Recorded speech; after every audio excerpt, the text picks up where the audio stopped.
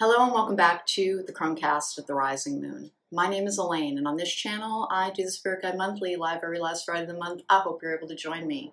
I also do pick a card readings, but I also do this. I do healing tarot. In fact, I focus on healing tarot. Today's reading is going to come with multiple trigger warnings. And it's not going to be graphic, but I just want people to be aware this is a sensitive subject. Only watch it if you're in a good space. At the top of every pile, I'm going to refer people back to this introduction so that I can kind of cover what the point of this reading is. There is a form of sexual trauma that is not acknowledged very much. It's coercion. People coming out of codependent relationships or emotionally abusive relationships frequently have been mistreated by a partner. Emotional abuse is not often recognized as being abuse, but it degrades a person's self-worth and their self-esteem, and they no longer understand that they deserve only to be treated with lovingness and kindness within relationships. Frequently, this has to do with formative damage. It's why we talk about inner child healing. One of the first things to know is that you need to forgive yourself. You are not defined by what happened to you. Trauma is an emotional injury, and we can heal from emotional injuries. Some people will have been sexually abused. I was abused as a child, and again, I was in a long-term relationship. I entered that relationship because I didn't know how to make good emotional choices. I had very toxic behaviors myself that I had to heal. It's very understandable what happened. If you have never been around emotionally healthy relationships, it's very difficult to know how to do them. Trying to heal your sexual trauma, trying to reclaim the parts of you that a predator tried to take from you. And that's what happens in the whole narcissist empath paradigm, which is something that has to do with attachment styles and formative wounds. Remember, most narcissists also suffer from emotional damage in their childhood, and they have difficulty truly bonding with somebody. Some of them can become true predators.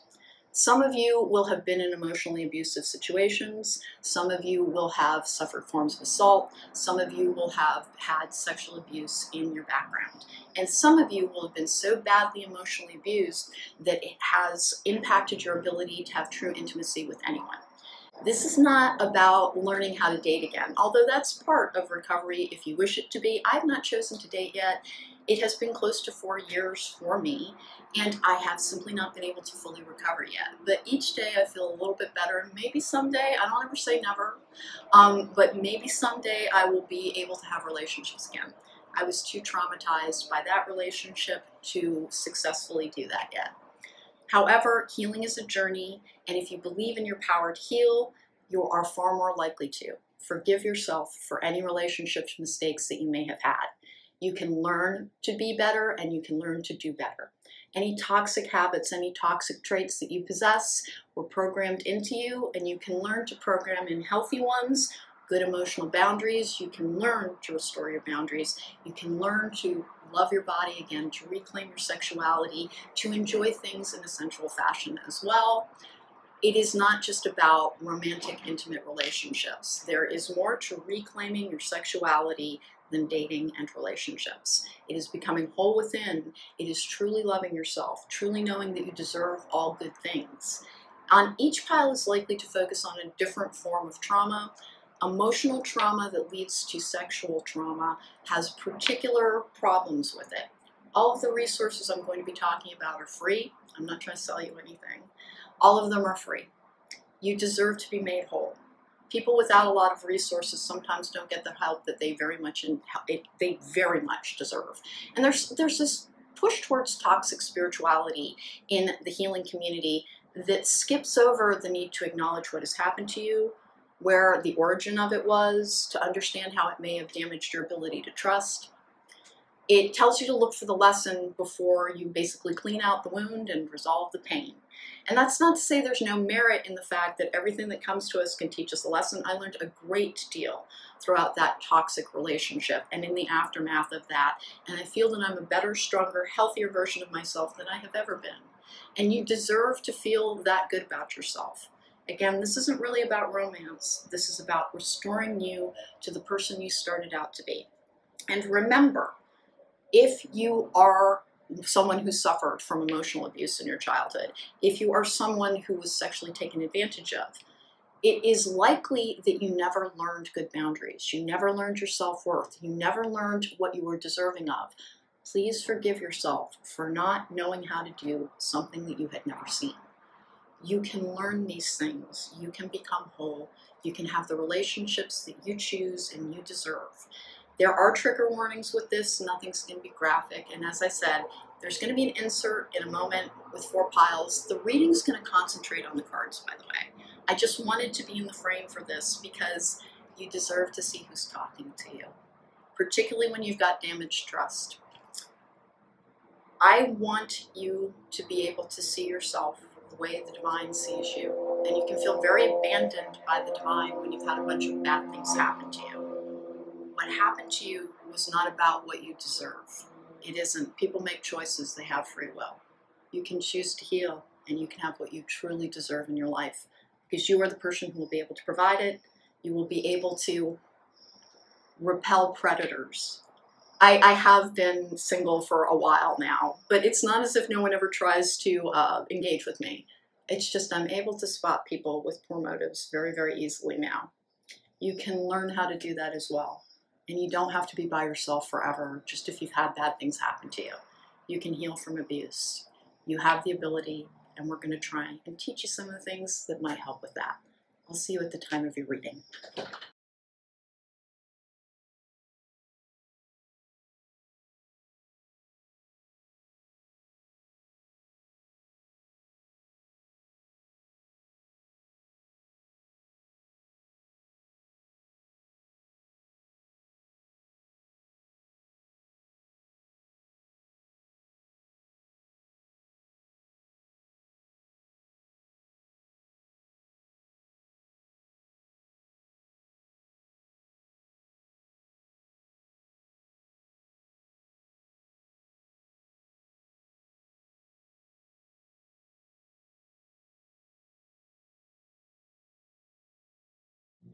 Hello and welcome back. If you chose pile number 1, then this is your reading.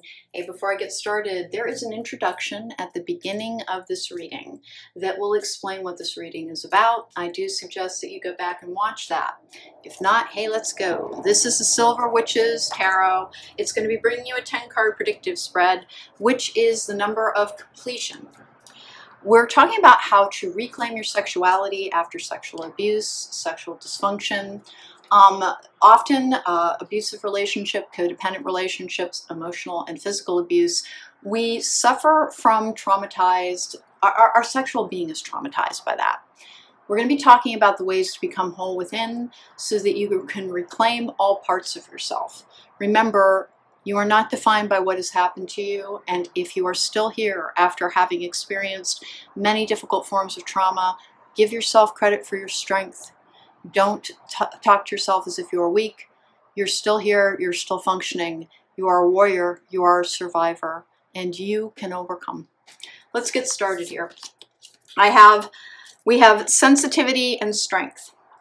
What happens so frequently for survivors of abuse, particularly of sexual abuse, which is a violation of our emotional trust. It doesn't have to be violent. It can be coercion. It can be the repression of sexual feelings over sustained emotional abuse, which has a tendency to kill off. It's very difficult to be intimate and have a really good sex life with somebody you can't actually trust. So if your sexuality sort of shut down over the course of a long relationship, understand that's normal, and it doesn't mean that that part of you is dead. Sensitivity and strength as well. Please remember, having emotions, experiencing emotions, and most traumatic, people who have post-traumatic stress disorder and complex post-traumatic stress disorder are very difficult. They're very hard on themselves for struggling with emotional regulation. They know that they have these big emotional outbursts sometimes because they have all these unprocessed feelings within. And they think that's about weakness. What it is about is compounded feelings that have yet to be addressed and released. One of the things that you can do for releasing is work on your energetic chakras. Jason Stevenson has a great channel, as does Meditative Mind. I also like Inner Lotus Healing. Try going to sleep to chakra balancing meditations or listening to chakra balancing meditations as you go about your day. I listen to some as I walk my dog every day.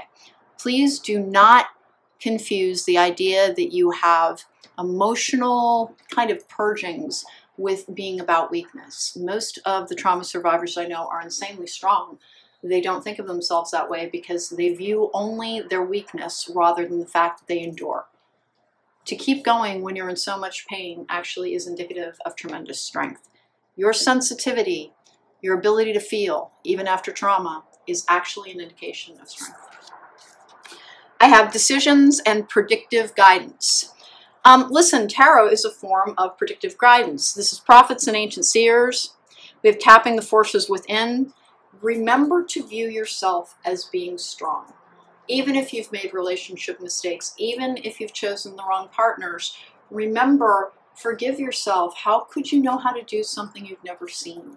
Almost everyone I know who's coping with needing to hear their inner child or their shadow self, which is the part of our personality that is formed in trauma, they are very hard on themselves for the mistakes that they've made. Mistakes are actually opportunities to learn more about self and to reclaim your core essence, the person you started out to be before you were damaged by exterior forces. Sometimes that's within a family, but sometimes, people come from war-torn lands. Sometimes people come from difficult circumstances that disrupted their formative experience, and they never formed self fully. Decisions and predictive guidance with prophets and ancient seers. Remember, this whole thing about being sensitive is also about being intuitive. People who are intuitive, empathic, the whole empath-narcissist paradigm that leads to so many codependent relationships, there is a difference between your intuition and your anxiety, and it's so simple. I'm just going to teach it to you very, very quickly. Your intuition will give you information that you can act upon. Your anxiety will ask you questions. What will happen if? What will happen then? What if this happens? If it ends in a question, it's not your intuition. If it ends in a we should leave, or that's the person for me, or that's the job for me, or I need to move, that's your intuition. Anxiety poses situations. Intuition gives us actionable information about them. Or a knowing, a certainty. Accountability. Responsibility is a gift to love yourself and to others. Remember, even if you've had toxic traits in the past, even if you learned abusive behaviors, you can learn new ones. Be accountable for your mistakes, but don't define yourself by them. Just don't look at them as mistakes. Look at them as a spotlight on the things that you can heal and become whole and become stronger. I have rescuer. Provides strength and support to others in crisis, acts out of love with no expectation of reward. The shadow attributes is assumed that the rescued will reciprocate, keeps the rescued one needy. This is why so many abusers actually come off as rescuers at first. And this is the self-forgiveness thing of how didn't I see it? And it takes a long time to recognize when a relationship has turned toxic. And it is very damaging to sexuality to have somebody that, particularly if you've only ever loved and trusted that person, what happens to a lot of abuse victims from childhood is that they meet someone who's very charming, who is kind of concealing their darker side. And because we stay in a very innocent form until we fully form self and can have good boundaries, we have a tendency not to see darker motives. We've never experienced better treatment. These people come off as being the answer to the problem. They want to provide, they're ever so, they're very caring. They seek out victims because that will make the rescued person feel needy. They will see that person as their paragon, as their pillar of strength. Remember, often there is an agenda behind the empath-narcissist paradigm. We have child orphan, independence based on learning to go it alone, conquering fear of surviving, but the shadow attributes is feelings of abandonment that stifle maturation, seeking inappropriate surrogate families. This is what abusers rely on, is that people who did not have a good formative experience or a damaging formative experience, and again, that will never have anything to do with your worth. And again, it's not about disliking your caretakers, but get as angry at them as you would if you saw another child being mistreated. That is a tool in healing, is to view yourself from an exterior perspective rather than from the interior one where you have a tendency to take on blame. Instead, view yourself as you would a separate person, because that person is the past and you can no longer reach them, so you might as well. And it's not about revenge or blame or not being accountable. But you need to hold the people accountable, at least within your own mind. Even if you can see them as human beings who made their own mistakes, understand that it still damaged you. And why is it important to get a little bit angry at the people who may have damaged you? Is because having appropriate levels of anger is one of the things that gives us good boundaries. Because when somebody crosses over into a sacred land, we have a spark of anger that tells them to get the heck back, and it's just a spark. People who have poor boundaries due to childhood abuse quite frequently don't know how to react until they blow up, because our boundaries are way, way, way too close in. And I did used to suffer from this. And when we first start setting them, they're too far out. And when we set them too enthusiastically. You learn over the course of time, it becomes fairly effortless because you're not reactive any longer. As you heal, you respond to situations after examining, why am I having this feeling? That starts with holding the people accountable in your head. Stop blaming you for your formative experience. Whether you have abandonment issues because a parent left, whether you have abandonment issues because you had a neglectful parent, whether you had a narcissistic parent who was taking out their pain on you, that is not about your worth. And you are not responsible for what they did. They are. Even if it is understandable. I look at my own parents who were both narcissistic, and I understand where it came from. Particularly in my father's case, he had to have had an attachment disorder. And I understand why it was. My grandmother was deeply ashamed of having gotten pregnant before getting married. She was viewed as having trapped my grandfather because he was from a very good old New England family. And so she tried to hide it. And she told everybody that he was premature. And she really conveyed how ashamed she was. And as a result, she was not a good parent. She loved my grandfather dearly, but my father was treated as an inconvenience. And therefore, he never attached properly, and he had inappropriate attachments to everybody. His ability to love was permanently damaged by that. And that's not about blame. My grandmother had her own stuff. But it's okay to get angry at the people to understand that you deserve better. That's what the anger is about. It is a form of righteous anger rather than resentment. There's a difference. There is understanding that you are an innocent child and all children are worthy. Most of my problems come from the fact that I was not wanted, and I knew it. And neither was my father. And that is what generational curses are and generational trauma is.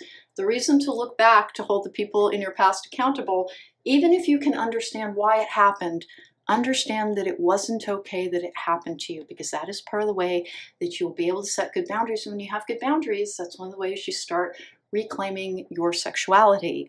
Sexual trauma happens to people in long-term relationships when they don't know that they have a right to emotional safety within intimate union. Guilt. We are talking about holding people accountable. Forgive and forget. Do not rush this process. There is a push within the spiritual community that, like you, release the past. Learn from the past and understand it and react to it appropriately. Because those big emotional reactions that people have later in life, where they're repressing trauma and they have disproportionate responses, have to do with the fact that they never allowed themselves to blame the guilty parties, and only then can you forgive and forget. You have to resolve the trauma in order to be able to truly heal from it. And that is really, and it's not about hating somebody, but it is about giving yourself permission to be self-protective in a way that there is that spark of anger, and you don't have to stay angry forever. Particularly if something's in the past, it can no longer truly hurt you, but if you're carrying it forward into other relationships that have made it possible for you to be abused, this is the reason to do it. It does not last forever, and one of the ways to get through it is to recognize, yes, I'm very angry right now, but I'm processing the feelings I never allowed myself to have because I felt guilty about blaming people that I knew I was supposed to love. You can still love somebody and be angry with them. You can still love somebody and hold them accountable in your head. And sometimes it will be about talking to them. You're very rarely likely to get the type of response that you want from somebody because they hide from their own. They're not accountable in their own head. Do this within yourself and you will feel so much better. Journal about it. Write about it. Half the role of therapy is hearing what we say to other people. Get comfortable with talking out loud about your feelings when you're by yourself in your car. No one's going to know you're not on the phone. Start hearing your own voice so you can hear your story. When we talk to other people, when we tell, and most survivors don't tell people things. They've learned to hide their truth because they think it's about a lack of worth in them. These are all the steps to reclaiming and making oneself whole. And sexuality is going to look different for everybody. Some people enter into a phase, again, where they have repressed sexuality around trauma. That can take the appearance of being asexual. Some people are truly asexual, but a lot of trauma survivors have a different sexual response. They have repressed their feelings of sexuality. They have them damaged. Sometimes they're overly promiscuous. That's very common in sexual abuse survivors. And again, it's not an issue of a character flaw. If you've only ever been validated through your sexuality, of course you will seek it out that way.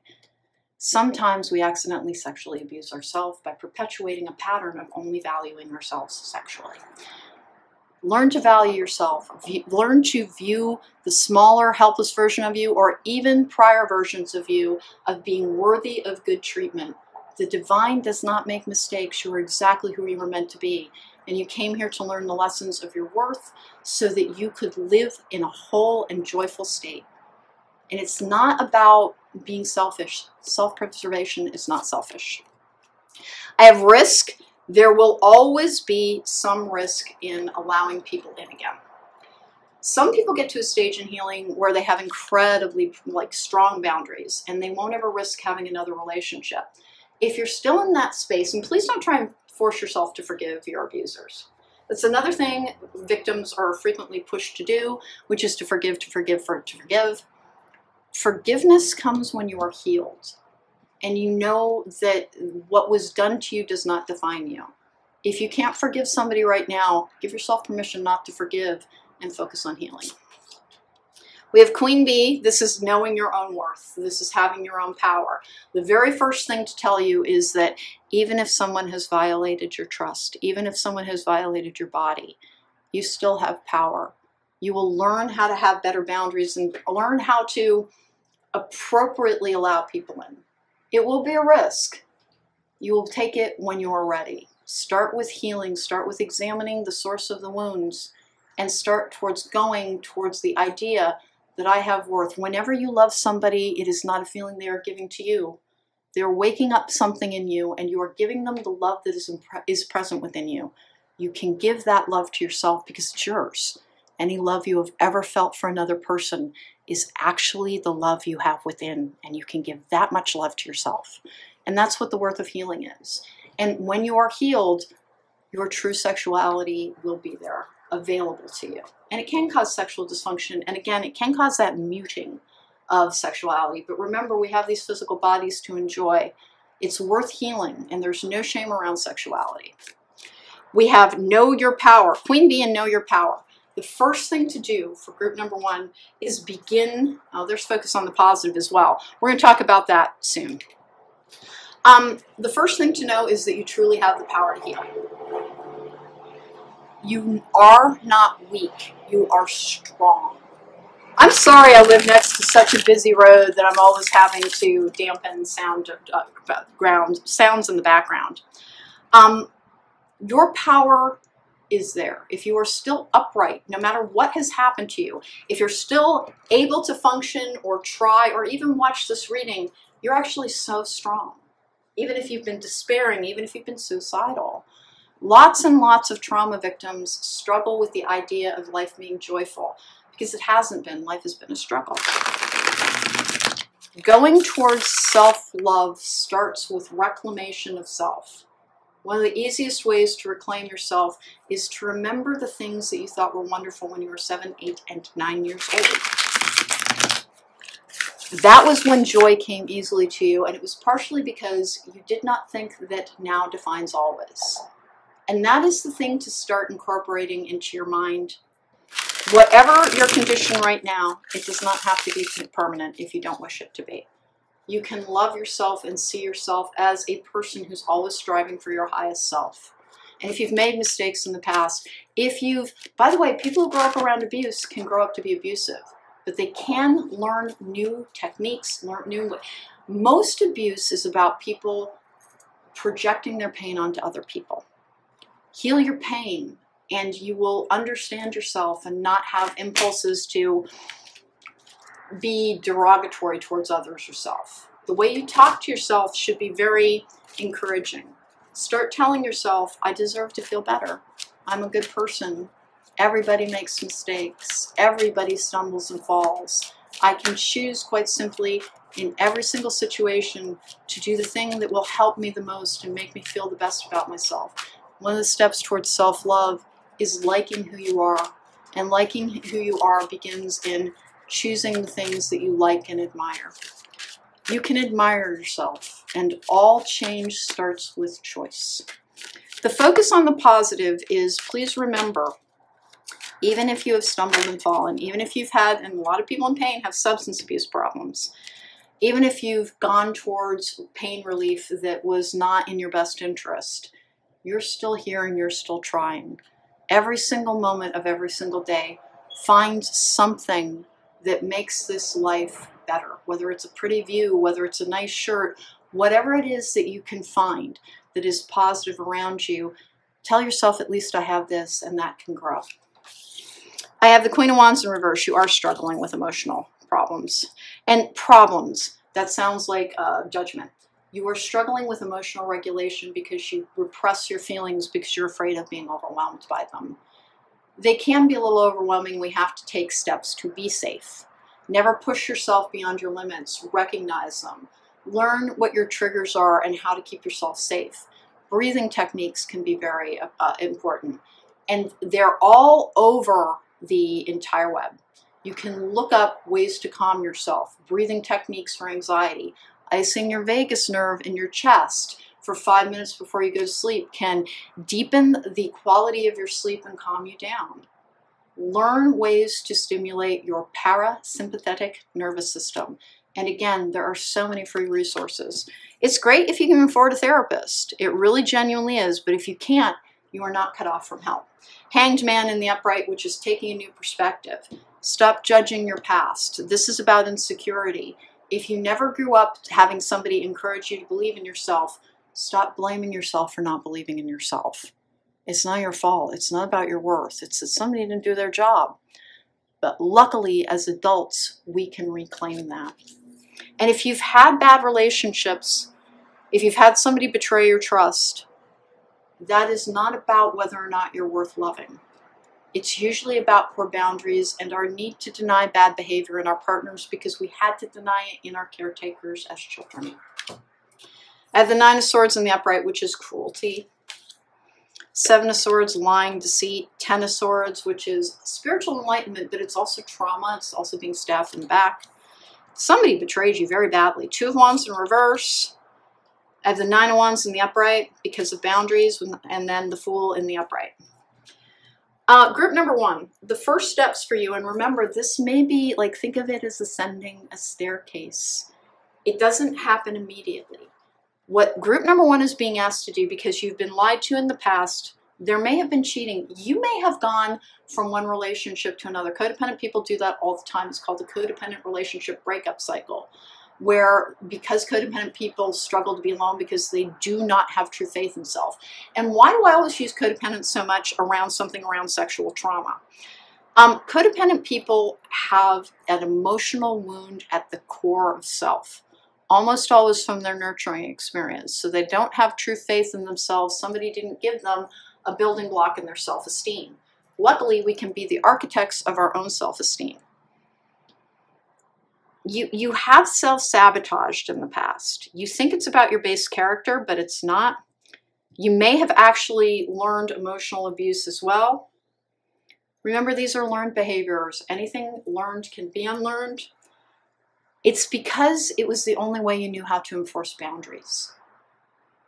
People, like, here's what I've got for this pile. There's a combination of things. You've had partners that violated boundaries and may have deceived you, and you weren't able to spot it. Frequently, when we find this rescuer person, they're the only person who has treated us well, and so we overinvest in the idea that they're trustworthy. It almost becomes like a trusting relationship, as like you trust them as you would a caretaker. You trust them as a child self, and that's not saying you're childish. It's saying that that's where your trust stopped maturing through no fault of your own. Begin by accepting that re-establishing a good, strong relationship to self, forgiving yourself for anything that was not truly your fault. Whether or not you were abused as a child was not about your worth as a child. It was about your caretakers. You didn't do anything to bring that on. In a rush to forgive, sometimes you've been blaming yourself. You learned some things that you will need to unlearn about emotional regulation because you're still got compounded pain from the past, that it's fears of abandonment, and it's also fears of repeating cycles. The cycles, until you learn better boundaries and heal your trauma, which is totally within your control, they can be stopped. You don't have to have the same relationship to self and to others over and over again.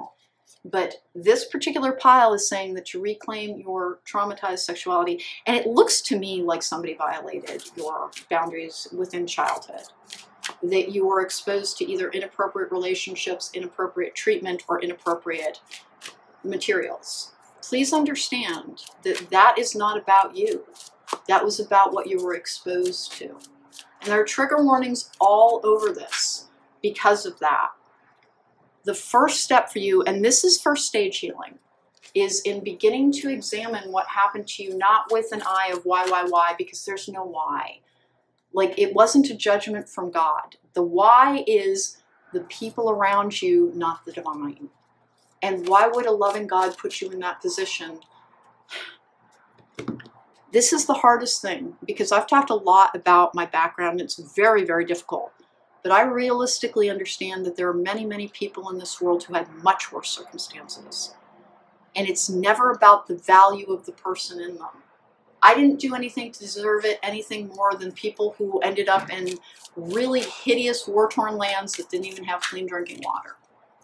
We all have accidents of birth. It is not a judgment of our worth. We have the ability to overcome what happens to us.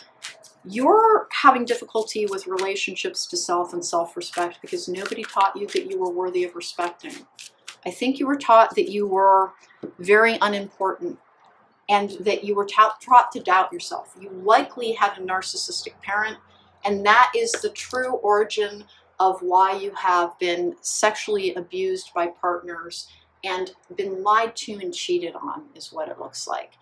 You may have also engaged in, you may have cheated on people in the past, but it's because you've been seeking emotional safety in relationships because a damaged childhood experience left you with feelings of abandonment and it stifled your emotional maturation, and that is not an insult. Please understand that no matter what trauma you have, it's not an insult to you as a person. The only reason we're talking about this is you're looking to find the clues within. Stop judging you. You don't deserve it. Instead, be kind and loving to the little person that didn't have loving kindness around them. That's the building block of self-love, is reacting to yourself as understanding that the treatment you received was never about what you deserved. It was about the people around you, probably enacting their own generational trauma. We have work balance. I am more than my job. My work is important, provides a sense of purpose, but I must create a boundary. I will honor my mental and physical health first. I work to live. I do not live to work. This is also about feeling like you need to earn your place. In relationships, in this world, you are worthy just as you are. Can you improve to feel better? Yes, but you're not improving to be worthy. You're improving to be healthier and to be happier. Right now, your sexuality is, you think you make terrible choices around it. And you've got a lot of boundary issues where you just didn't learn healthy boundaries in a childhood setting. Please, the first place to start for you is energetic healing, talking about your feelings, understanding that there is a stage in healing where we have to understand we were victimized. But getting stuck in that victim mentality, why, this terrible thing, why does everything always happen to me? Why did this go wrong? Why? Because things repeat until we repair it. If something keeps happening, it's a lesson that keeps coming back to you. And a loving presence is there trying to help you, even if it doesn't feel that way yet. Because if you're able to love, you still have the ability to love self. If you can give love to other people, you can give it to yourself. The greatest tool you have in your healing journey is you. You don't have far to go here. All you need to do is examine your formative experience to understand how it went into film to release guilt.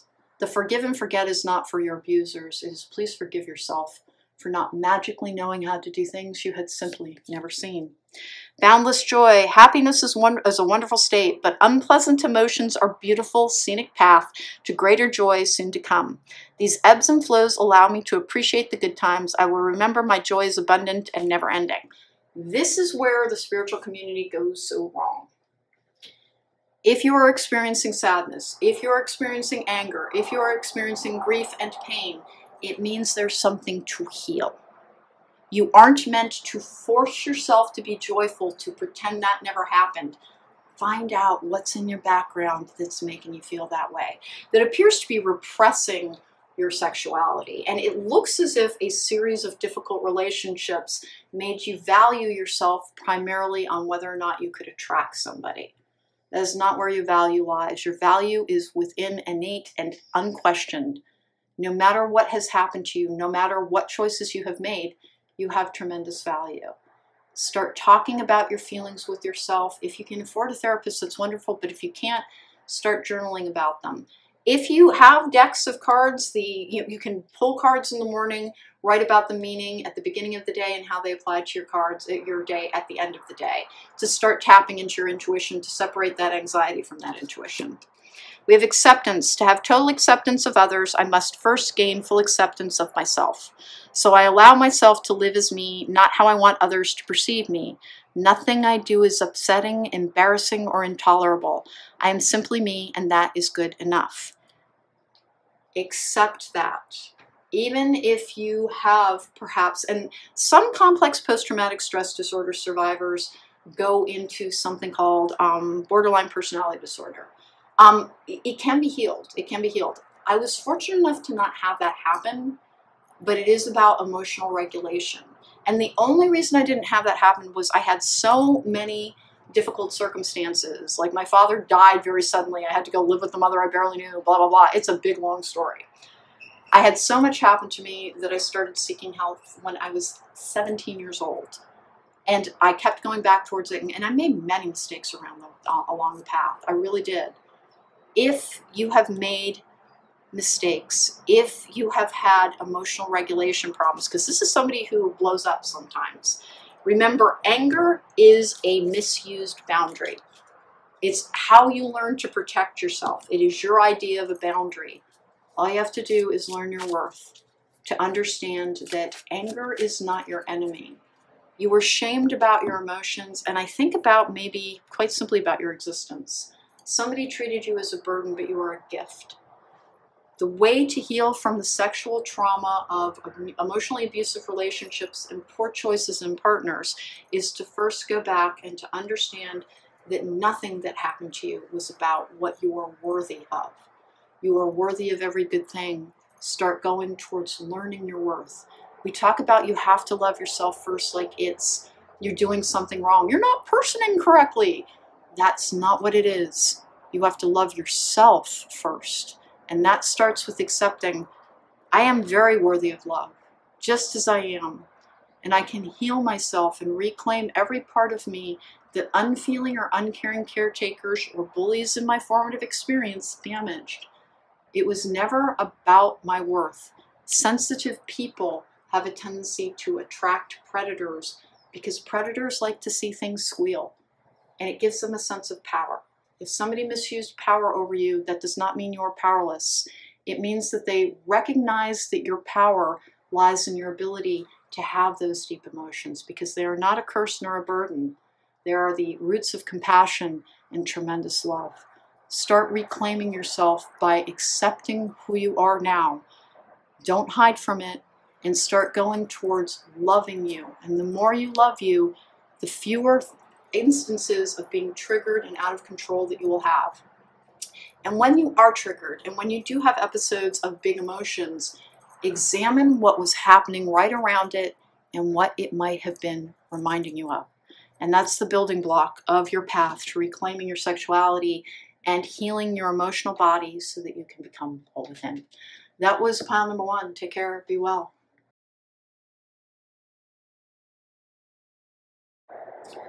Welcome back. If you chose pile number 2, this is your reading. Lots of trigger warnings, and then also please, there is an introduction at the very beginning of this video. I do ask that you circle back and watch that.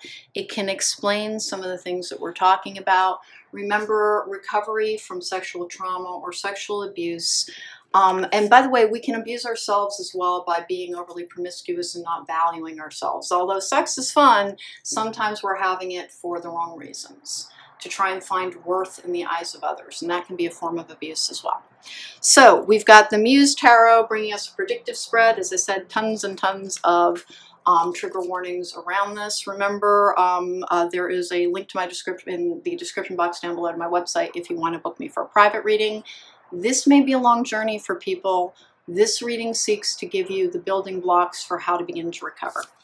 All right, first we have currents of emotions, uncontrolled feelings. You might be you might have overwhelming feelings around some sexual trauma, and it can be overwhelming.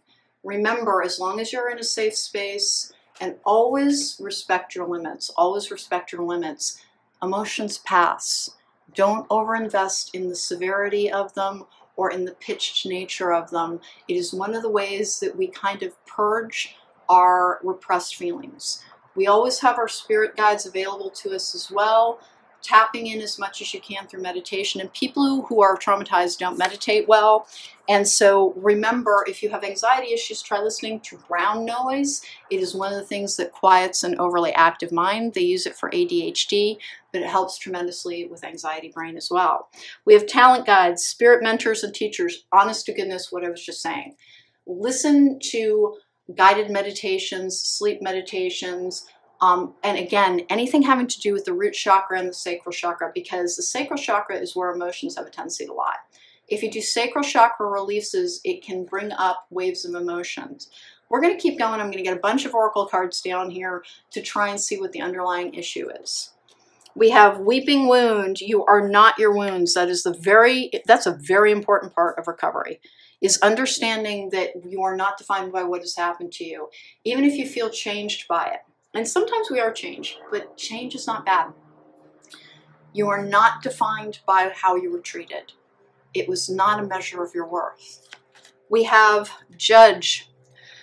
Oh, you might be blaming yourself. Balancing justice and compassion, managing the fair distribution of power. The shadow attributes is offering only destructive criticism, misusing business, legal, or criminal activity. I don't know what the nature of this abuse is yet, but you seem to be judging yourself, and you seem to think as if you are broken. And I need you to hear me. I had terrible, terrible, terrible things happen to me as a child. And it caused me to make bad choices in my adult life and to have to unlearn things as well. But there is still a core person in you. You can, by connecting to source, by connecting to healing, understand that there is a part of you untouched by anything that has ever happened to you. And through work and through diligence, you can find that person. And even if that part of you lies underneath pain and grief, I swear to you, eventually the pain and the grief is done. But you have to allow yourself to process it. Toxic spirituality encourages us to not give in to those feelings and purge them, to allow ourselves to grieve for the life we didn't get to have, to allow ourselves to grieve for the part of us that never deserved the treatment we received. Allow yourself to have those negative feelings, because they are one of the things that will help you be protected going forward. They help in setting boundaries. And then also, we cannot ignore our wounds. They have to be cleaned out, or basically you have an infected energetic cut within your soul. You can heal your wounds, and nothing that ever happened to you was about your worth. Even if circumstances or relationship choices, or if you went to a party and drank too much and you slept with the wrong person, don't judge yourself for that. Literally every single person you will ever lay eyes upon has made mistakes in their life. It is not about your character. We learn through our mistakes. We learn to do better. But love yourself as the person that you are, knowing that nothing that has ever happened to you was a judgment from on high, and it's not about what you deserved. You never deserved to be hurt. Never. I have storyteller, ability to experience and express life through stories and symbols. The shadow attribute is making up tales that harm others. I need to talk to you about this. Sometimes people who are abused as children learn to lie for safety reasons. If you went through a period, particularly in your late adolescence, where you were trying to escape from trauma and pain by trying to get attention through making up stories, that's very common. It's a trauma response. It again is not about your character. Most of these are injuries that have a reaction to them, and you can learn how to do better. But if you grow up around people who beat the living crap out of you every time you made a mistake, don't blame yourself for not having been the most honest person. Remember, almost everything about you is a trauma response. And something happened to you and you think it's because you're a bad person. That's what these cards are saying, and it's not. It was not a judgment from anything. Nothing was trying to teach you a lesson. All that happened was that you were energetically wounded, and unfortunately, there is an energetic universe. There's a magical universe as well. Predators can sense vulnerability, and they enjoy hurting things, and sometimes they will come towards those that they can hurt. Purpose. I know I am here to do. Once you heal, you will have the building blocks to reclaim your full self and find out who you truly are and what your purpose is. Everything that happened to you can go into everything that you understand and the lessons that you can take to your world. You can learn about your strength through being injured. And I know that sounds ridiculous, and that's never the divine is trying to beat us by, teach us by breaking us.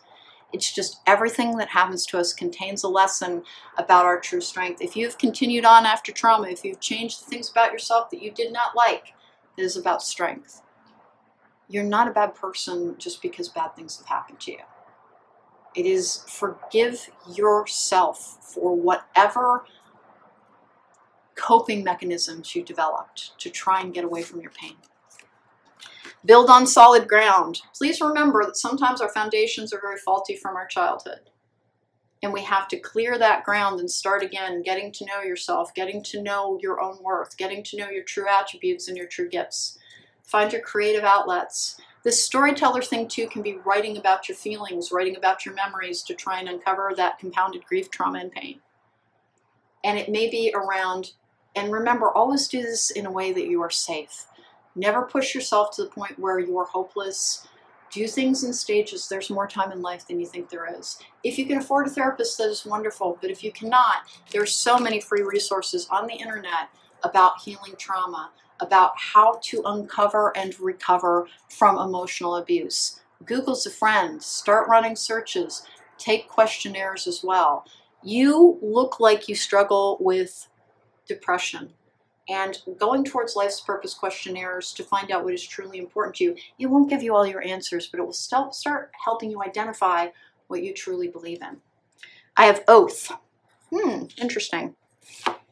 That is a sacred vow to something. That's a life's purpose card as well.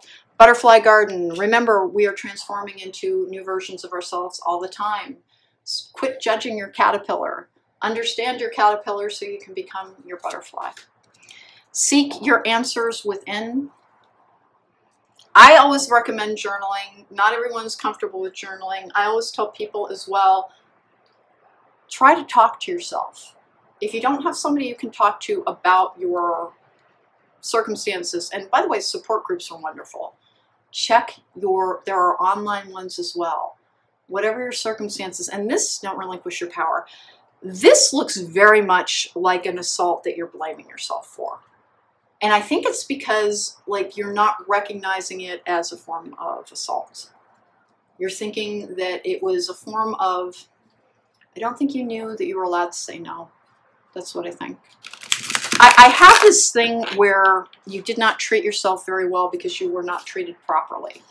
And you think that the societal judgments around that are really about your worth as a human being, and they quite simply are not.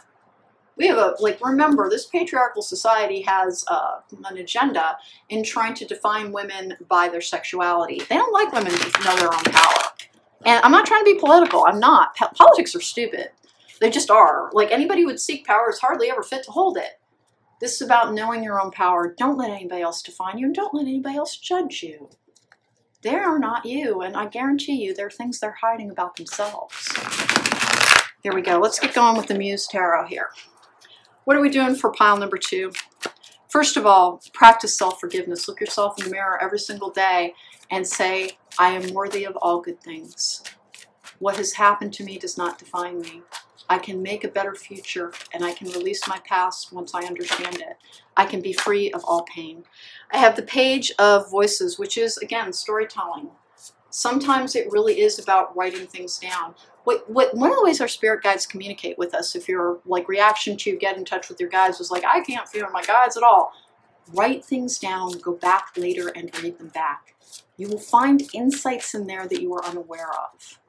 When I'm always saying that half the role of therapy is hearing what you say to the therapist, it's because our answers are within, our truth is within. And if you can't access it through another person, access it through writing your feelings down. And don't worry about whether or not it's quality material. It just needs to be authentic to you. Write about your memories, write about what happened, set them aside, go back to them when you're in a good frame of mind, and read through them because there are insights in there. And one of the things to do is to always try to judge yourself as you would another person rather than you harshly judge yourself. You're taking on a lot of blame for something that isn't your fault. I have the Empress in the upright, Hanged Man in reverse, Strength in reverse, Vulnerability, Nine of Pentacles in reverse. Okay, Hierophant in reverse, Knight of Wands in the upright, Six of Pentacles in reverse, Ten of Wands in the upright, the Chariot in reverse. Something happened that you could not stop. You may have been in a compromised condition, meaning you might have been, you're blaming yourself for something that happened to you. And you put yourself in a vulnerable position and you're judging yourself about it. Nothing that happened to you was something that you deserved. Even if, this is just, because this is a university card, but it's in reverse, and I actually don't have the Devil card here, but I have a vulnerability card here.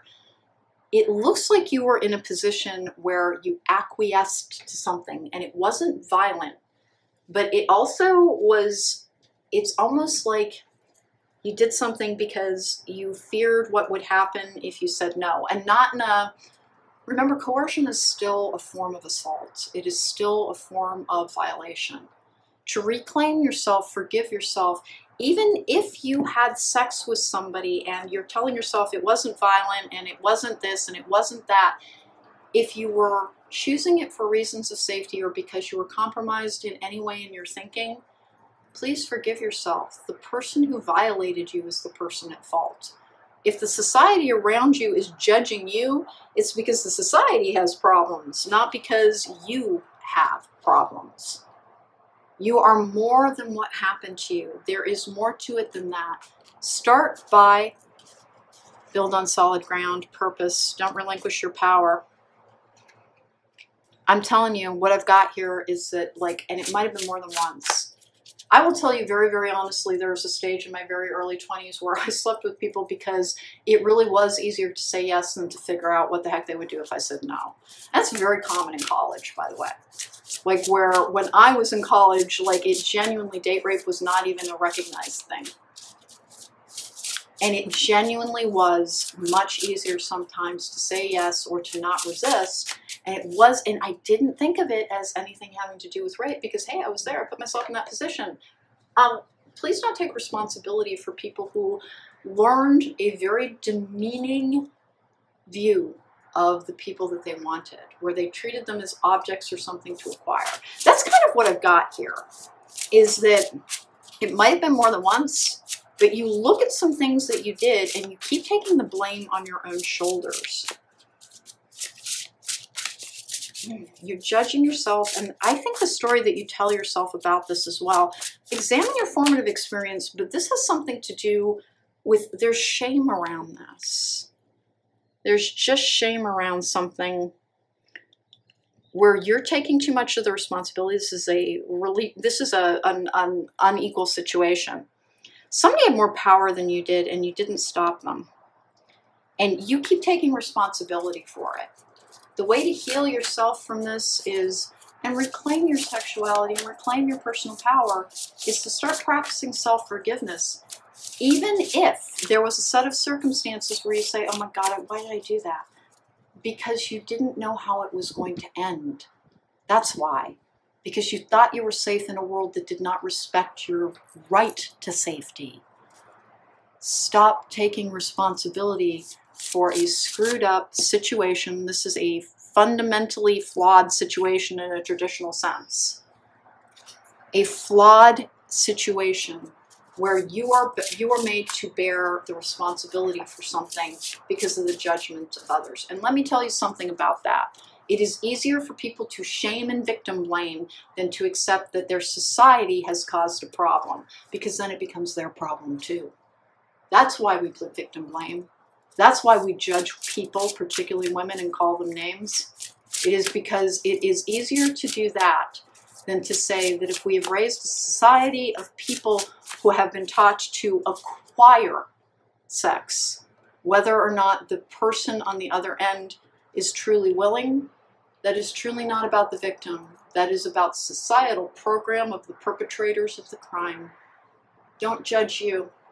Give yourself permission for having made the mistake of believing your safety. It was not foolish. You should be safe. You should be safe. There's something in your childhood as well. There's something in your childhood as well. And I don't know what it is, but it's almost like something with your mom. You might have had a very shaming parent, and so you shame yourself around something that happened. Individuality. Every person has their own personalized study plan in the Earth School. Please remember that. You are not anybody else. And can we all have truly unique paths? Yes. But we all have a purpose here. We all have a purpose here. The way to reclaim your sexuality is to reclaim your personal power and to stop taking responsibilities for the actions of someone, and it might be more than one person, who took advantage of something in you. Because I don't have a violent assault here, but I almost have some form of not being able, very vulnerable, to stop something that afterwards you were blamed for, at least by the society around you and in your own head. Please forgive yourself. You didn't do anything wrong other than thinking that you were in a world where you had right to safety, and you're right. Reframe. This is happening for me, not to me. Please ignore that part, because reframe the way you're looking at whatever caused your trauma. You're trying to take responsibility for something that is the responsibility of the people who acted against you. And the reason that you're doing that has something to do with some formative damage. Your path towards healing involves re-examining from a different perspective something that happened to you, so that you can bring an end to a journey in which you're taking responsibility for somebody else's actions. And then inner power. Give me the courage and the power to do what must be done. No one else is you. No one else can judge you. We never walk in somebody else's shoes. We never ever do. If somebody is telling you that you brought something on yourself because of the situation that you were in, that person is full of crap. They just are. And a world that would tell you that is full of crap. Stop blaming you. All you did was walk forward in a world thinking that you were safe when you should have been. We all learn harsh lessons sometimes, but it isn't about blame. It's about learning to self-protect. You've been carrying a burden that is not yours. You've been taking responsibility for something that happened to you as you made it happen somehow, when all I've got here is that you were vulnerable to something. And again, there's something with your mom. There's something with your mom where the origin of your ability to accept the blame that should not be yours is there. And it's not about blaming her instead. It is about relieving yourself of the idea that you are to be blamed. This is a transformational energy around how to stop judging you. We are not defined in worth by how many partners we have or had not.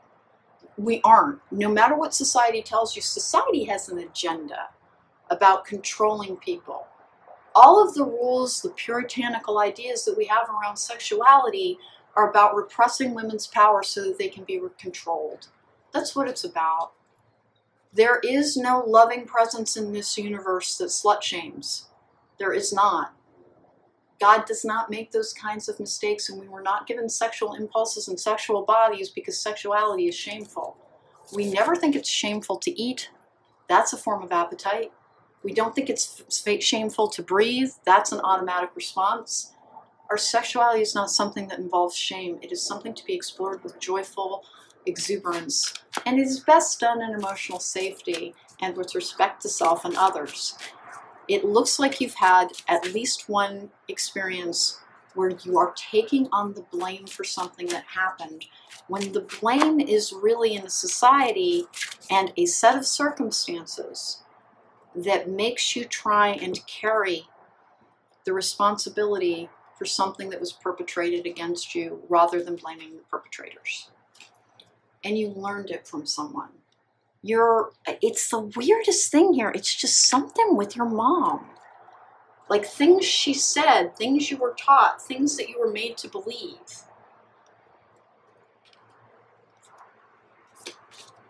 We have dreamer. Even during times that discourage me from carrying on, I will continue to follow my dreams no matter how difficult. Though road bumps will set me back, I have determined that giving up is not an option. I will never abandon my dreams. You're not doing something in your life because you think you're not worth it. It's weird. I don't really have it around relationships, but it's like you carry this shame around your sexuality. And I'm begging you, this is the Hanged Man in reverse. You're taking responsibility for something that the weight is on the other side. The weight is on the other side. I also have gratitude. All humans suffer, and I find this idea revolutionary and freeing because the people who I envy, admire, and idolize suffer just as I do. So I choose overwhelming gratitude for my life, for I am all that I need. Hey, listen, that's a weird one for trauma survivors to get because it sounds like you're being asked to be grateful for your trauma, and you're not. You're not. Eventually, when you have gratitude for the life outside of that, you will begin to learn the lessons of how much powerful you can be when you reclaim self after trauma. Don't look for the joy and the lesson in your trauma yet, and maybe ever. Look instead for the evidence that there is a life worth living outside of a traumatic experience and be grateful for that. Begin to transform your life, and the whole idea that everyone suffers and be grateful for it. Here's the thing, when you're in pain and you're suffering, that is an obnoxious thing to say to people. When you're in pain and you're suffering, the thing to tell yourself is, this will pass. I can process this feeling and I can release it. Nothing that hurt me is ever about what I deserve. Pain is part of a feeling experience. I can release this pain, I can overcome it, and I am powerful, and I know that. I have a higher self that is always here to guide me towards more. My dreams are, I'm still worthy of my dreams no matter what I have done or what has happened to me. Your wounds, the bad things that happen to us, do not define our whole life experience. That is not to say they don't matter. They matter so much. They matter so much. Your pain matters so much. Just hear this part. You don't deserve to be in pain. That's what the point of healing is. That's what the point of reclaiming and healing your sexual trauma is about. You're taking responsibility for something that is not your responsibility. And like, I'm going to get really broad on this because, like, let's say you slept with 155,000 people. I'm clearly making up a facetious number. That would never be about your worth. It would be about how you were taught to perhaps devalue yourself and only see yourself. We can be self-punishing. We can also only experience love by being validated by somebody wanting us in a society that tries to program us to believe that we have to be wanted to be worthy. You are worthy as you are. Every experience that you have can fuel your power going forward. Change the story that you're telling yourself. Stop judging you and start judging the situation that tried to put the weight and the blame on you instead of the people who were taking advantage of you. Somebody took advantage of you. And I don't know how bad it was. I don't have violence around this, but I'm begging you to hear me. It will always be on the person violating the other person, not on the person who is violated. Always. Always. Any societal structure, any person who tells you any differently is hiding from something that they don't want to accept responsibility for or change. Please, whatever it is, find the way to forgive yourself. Find the way to put the blame where it truly belongs. And it does not belong on your head. No matter what this is, it doesn't matter if you were passed out drunk. It does not matter if you went out partying with people you didn't know and bad things happened. You're supposed to be safe in this world. That other people did not behave in a safe and a kind and a caring fashion, that is not about you. That is what they must carry as the sins they have committed against others. Please don't define yourself by whatever happened to you. Butterfly garden and oath. We have this, remember, societal constructs and kind of contracts are about the ways we're supposed to treat each other. Something happened to you that is beyond the realm of that. And you have abandoned something that you used to pursue as thinking it is no longer worthy of you.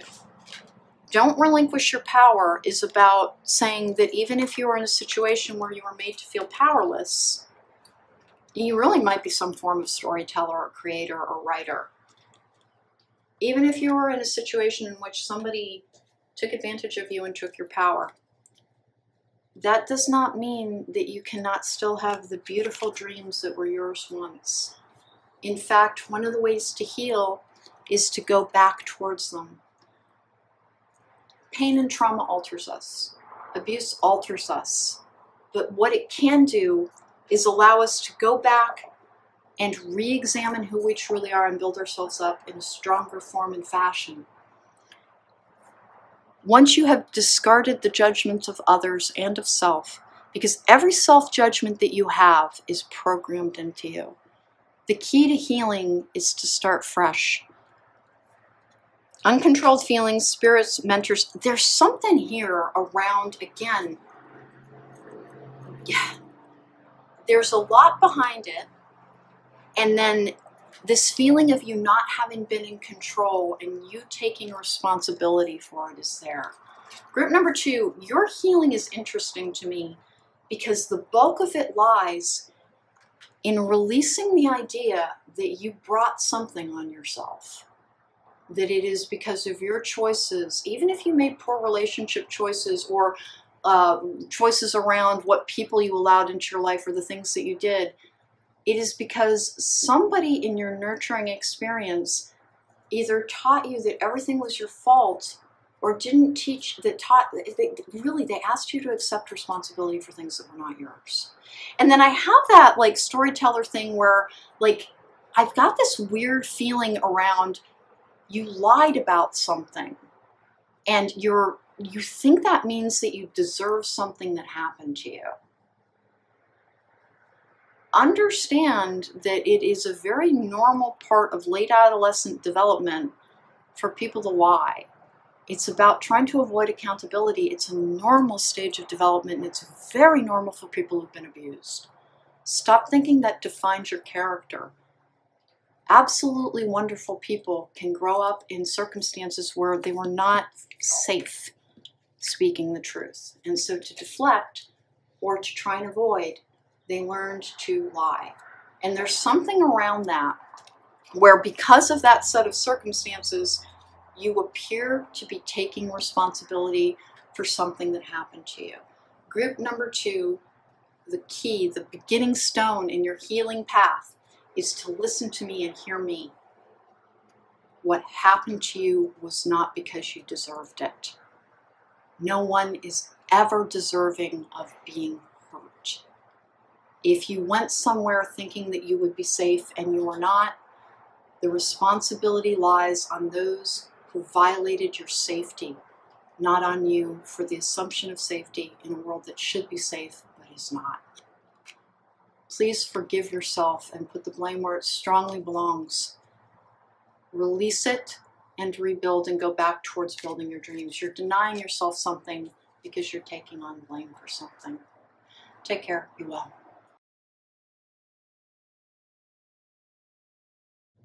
Welcome back. This is file number 3. Hey, there is an introduction at the beginning of this reading that I'm asking everybody to go back and to view so that you know that the purpose and the focus of this reading. There are trigger warnings with all of these piles, quite obviously. Nothing's going to be graphic. But I need you to be aware that we're talking about compounded sexual trauma, how to reclaim your sexuality, how to get back to being whole within. And it's usually because there has been damage.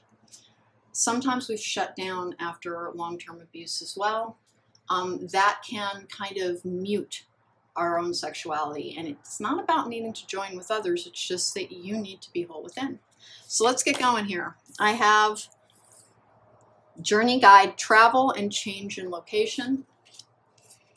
Interesting. Confusion, many choices, and uncertainty. Okay. I'm going to get more of these down. It's like you need to make a change around something, but you don't, and you know it, but you have no idea which way to turn. Let's keep going here. I have trusting tricksters. Oh, you don't trust in your ability to find partners who won't injure you, is what it looks like. The trickster's only power is your trust. You are always free to withdraw it. Hey, listen, when you heal, you will heal your boundaries. You will heal your ability to spot those who would misuse you. If you have given your trust to the wrong person, that is not a permanent condition. It means finding out why you trusted that person or ignored red flags is in order. This is usually formative damage. I talk about that a lot. Inner child healing, going back and finding the origin of the wound that allowed you to accept poor treatment from somebody. We're going to find out what this looks like a long-term partner, but I'm going to get it all down. I have Martyr, learning the transcendent nature of service to oneself or a cause. Shadow attribute is addiction, self-pity. You might have gotten caught in the why did this happen energy. As difficult as it is, try to release that, because one of the stages in healing is understanding that. Oh my gosh, I've been victimized. Try not to stay there, because you can't heal. You will just constantly question. Accept that it wasn't a judgment nor something being handed to you. Even though we can learn from everything, that does not mean everything happens to us for a reason. There's a difference. There's so much pressure on people to view everything as a lesson, but that means that always sounds like it's being brought to us for a reason. And it's not. Other people can have pain. Other people can make terrible choices. Other people can simply be terrible people sometimes, because people do choose evil sometimes.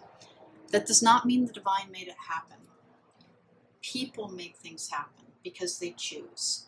Sometimes the why is quite simply that that person was a bad person.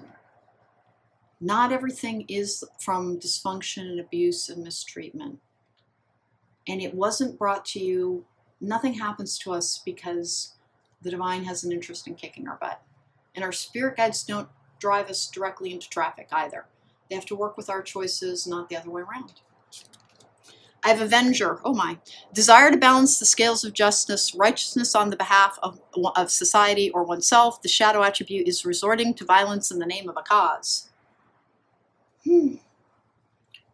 It's really hard for you. Somebody did something really, really bad to you, and it does not look as if there has been a form of justice that you can recognize yet. Please remember that maybe yet, because karma within a lifetime is a very real thing. If somebody has chosen such an evil path that they are no longer in touch with their highest self any longer, they actually don't evolve. Meaning that this lifetime is the lifetime where every lesson is brought to them, because this is, I can't actually talk to earthbound spirits. I don't do it very often. I only talk to ones who are here for a reason, meaning they need to get a message to somebody and then they can release this existence. But for the most part, people who've chosen complete darkness become earthbound spirits afterwards, and only a spiritual worker can lead them towards light. Some people get lost because they've lost their light so much.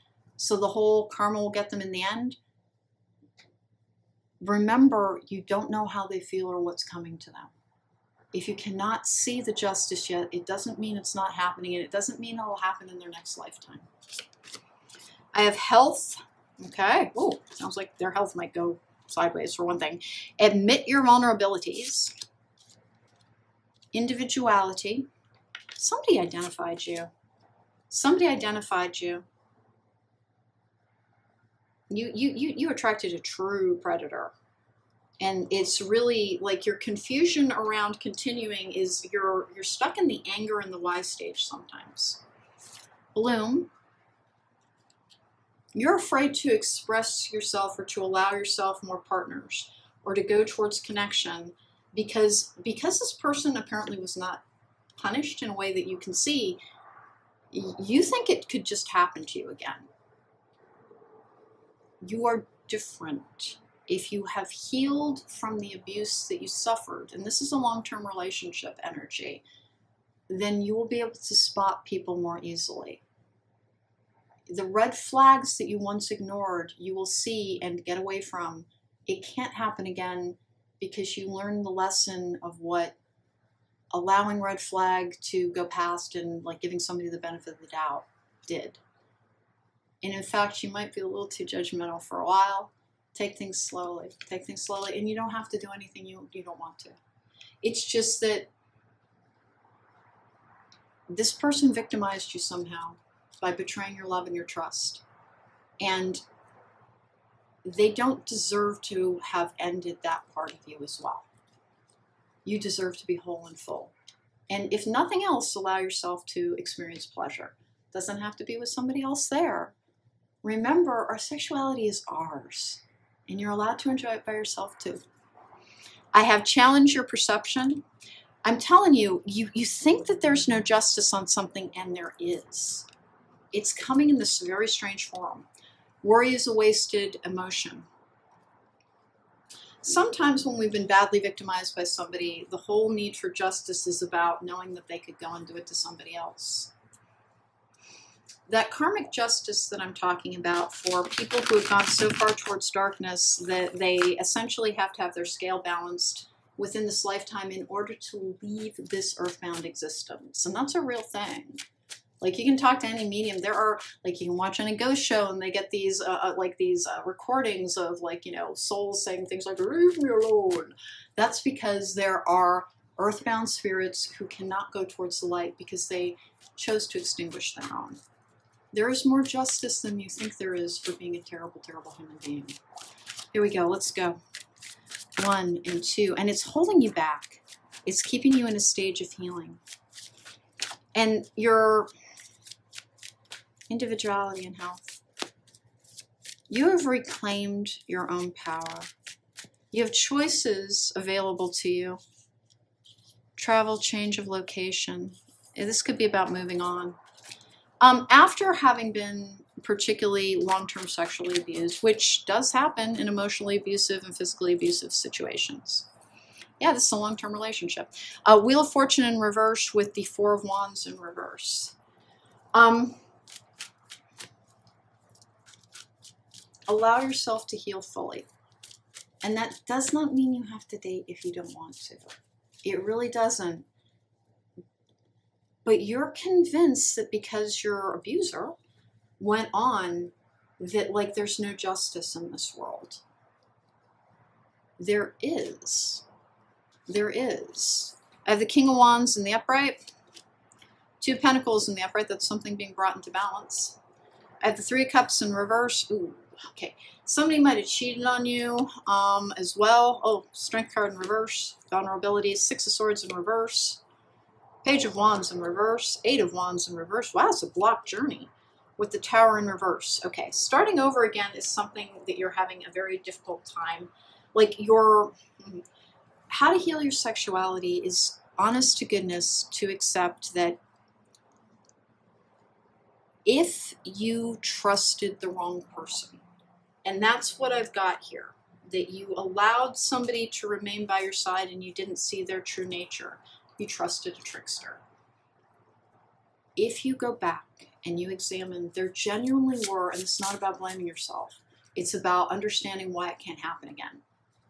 If you have truly healed, go back and start looking for the red flags. This is where we're talking about how to get moving forward and how to make better choices going forward. If you can spot the red flags that you explained away, remember, you will never be blind to them again. You've had your eyes open to them.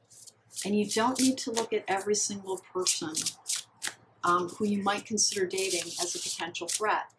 I'm going to tell the story. Part of the reason that I did this reading today was yesterday I had somebody try to flirt with me, and every red flag, like my perimeters were screaming about being in danger. And in fact, thinking about the way the person approached me, there was something very creepy in their vibe, and they were just too warm and welcoming, and it's a big, long story. But at first, and I recognized that it's like, that person's scaring me. And then when I got home, I was very, very, very, very, very angry, because it's like, man, I'm still broken. I'm that broken. What the hell? Am I ever going to heal? And I realized that that's not what happened. I actually recognized someone who did something really odd. They followed me from one store to another. Somebody vaguely stalked me in order to try and get to know me. And it frightened me, as it should have. As it should have. Instead of focusing on the, darn, I'm still like, I'm still attracting predators, I didn't focus on the fact that, or I now see them very easily. I see that very easily. I didn't dismiss the fact that we had just I went to Trader Joe's, and then I went to another grocery store, and the same person was there, and then like tried to start talking to me in a parking lot. And I just was like, it kind of, clicked with me that it's like, you followed me here. And that's not the way to meet somebody. Because I was in that store for about a half an hour, and they were waiting in the parking lot when I came out. So with non-duality, meaning give yourself credit when you go back and you recognize the red flags that allowed you to let a trickster stay too long, the things you explained away because you don't have dark motives, so you had trouble seeing them in other people. Remember, the awareness of that is protection. You are not the same person. You do not need to worry about repeating a pattern if you have learned the lesson. I have non-duality. Let your authentic humanity shine forth while also bowing to the inner divine. You can become fluent at doing both.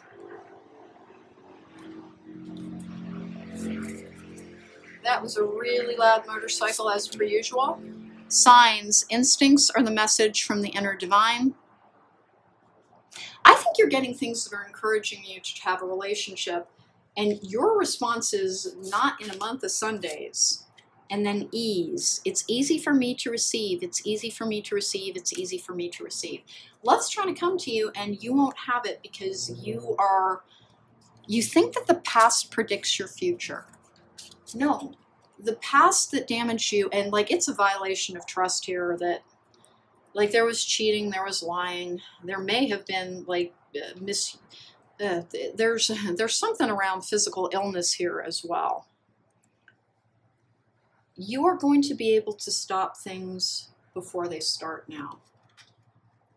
If a relationship keeps trying to seek you out, and you don't have to date if you do not want to. Do not think that's that. Like you're not being said, you have to go get on a dating app. You have to be. It's just that this is signs and ease and non-duality. You don't think there's a way for you to be in touch with your spiritual self and to be healed and to be whole and then to have somebody else in your life. You may have had a series of, and is that a form of sexual abuse? Yes. If somebody prolifically cheated on you and violated your trust, that is a violation of your ability to be emotionally intimate with somebody. It is a form of sexual abuse. Recognize it as such. It is whether, and I don't like the energy behind this person. I just don't like the energy behind this person because it does not look like they have any contrition. It does not look like they have regret. And because of that, you have had to kind of face that, well, maybe I allowed this kind of monstrous human into my life. The martyr thing is sacrificing a part of yourself for the rest of all time to try and be safe. If you are truly healed, you should trust you. Now, if you are truly healed and you're like, yeah, no, I just don't, I'm happy. I don't need that in my life. If something keeps trying to come to you, don't shut it off preemptively because what it may become. The way to heal yourself is to recognize the ways in which you're healed already. If you recognize all the things that went wrong in this long-term relationship, in which, like I said, the third party, this is a third party action. It looks like you were cheated on and it looks like you were lied to. And somebody took advantage of your trusting nature. Taking control. I cannot control how people treat me, interact with me, or communicate with me. I only control my own actions and responses. I will not be affected by how others view me. Instead, I will embrace my own self-love and self-abundance for guidance. You're discounting the fact that if you met this same person today, they wouldn't last 10 minutes with you. You would see them for what they are. What you're missing is that that person was see-through from the beginning. It's just that you couldn't see it because this was, they tricked you on purpose. Why are you taking responsibility for what they did? They took advantage of what was then naivete. This is vulnerability. This is an unfair situation in a long-term relationship. This dude, I never like him very much. The King of Wands, when we're talking about sexual abuse, is somebody who kind of knows what they're doing with it, you know? The Two of Pentacles, you were very fair and balanced, and they just took advantage of things. You have tried to leave a difficult situation behind by blocking all forms of connection because you're afraid that you haven't changed. All you need to do to heal is to, first of all, get back in touch with the idea that sex is fun. And however you do that, please remember, like, there's like reclaiming sensuality is one of the first ways to do that. New bonds. See, you're shut down to relationships because you're more healed than you think you are. You look at this other person and say, well, like, they have partners, they have this, they have that, they have a really grim afterlife if they never make amends, is what they have. There is no way for them to truly get away with what they did if they have no remorse. We have new bonds. Healthy relationships are forthcoming in my near future. When I least expect it, I will welcome new, flourishing people into my life. I manifest positive meanings, conversations, and introductions, and relinquish this control to the universe. Also, if you've got trust issues that were earned through long and difficult circumstances, you can quite simply let somebody who's approaching you know that, like, listen, I have to be friends for a while first. I was talking to another group about how sexual abuse survivors and long-term betrayal of trust and finding out that you fully invested and loved somebody who was not worthy of it and was lying to you all the way across the board causes tremendous trauma. And it does have people shut down their sexuality. In fact, some people from trauma can end up believing that they're asexual. Now, being asexual is a real thing. But there's also a trauma response that results in something called demisexuality, where you can really only become attracted to somebody that you know and trust. It can also heal after that bond has been established.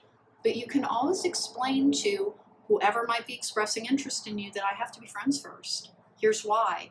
And if they really want to get to know you, they will be okay with that. Also, in things like, I think it's Bumble, they have friend dates. You can go towards meeting up as friends to make new bonds. You do not have to be alone to be safe. You've shut down a part of yourself because you think that that's what imperiled you. That falling in love and being sexually bonded with somebody and having a truly intimate union was what imperiled you. That's not what imperiled you. Poor boundaries and the ability to explain away things which you likely witnessed growing up. Remember, most of our stuff is learned behavior, and we can learn new behaviors. You don't need to trust the rest of all humankind. You need to trust you and your ability to discern whether or not somebody is truly worthy of being around. Take your time with it. Remember, this happens to other people as well. Like energy attracts like energy. Somebody who is healed and understands the role of trust in truly good relationships is going to be, because let's face it, the idea of being attracted to somebody is swell. But you know what? Relationships don't last unless you like the other person anyway. So just front load the liking somebody. And it doesn't have to be a friends with benefits situation if you don't want it to be. But anybody who's expressing interest in you, and any organization that you go towards that is about meeting new people, the way to heal this is to do it one step at a time. Take control of the situation and allow new connections. You have control over them. Yes and no. You have the power to say yes or no. I am always allowed to say the word no, even to people that I love. To say yes at all times may lead to exhaustion and mental fatigue. I can help others, but I must also help myself preserve my energy. Honest to goodness, no matter what the state of a relationship, you have the right to not be intimate with somebody if they have violated your trust or been unkind to you, or you don't want to. Owing sex or union to somebody within a relationship, nobody owes anybody anything. It's supposed to be a mutually beneficial exchange.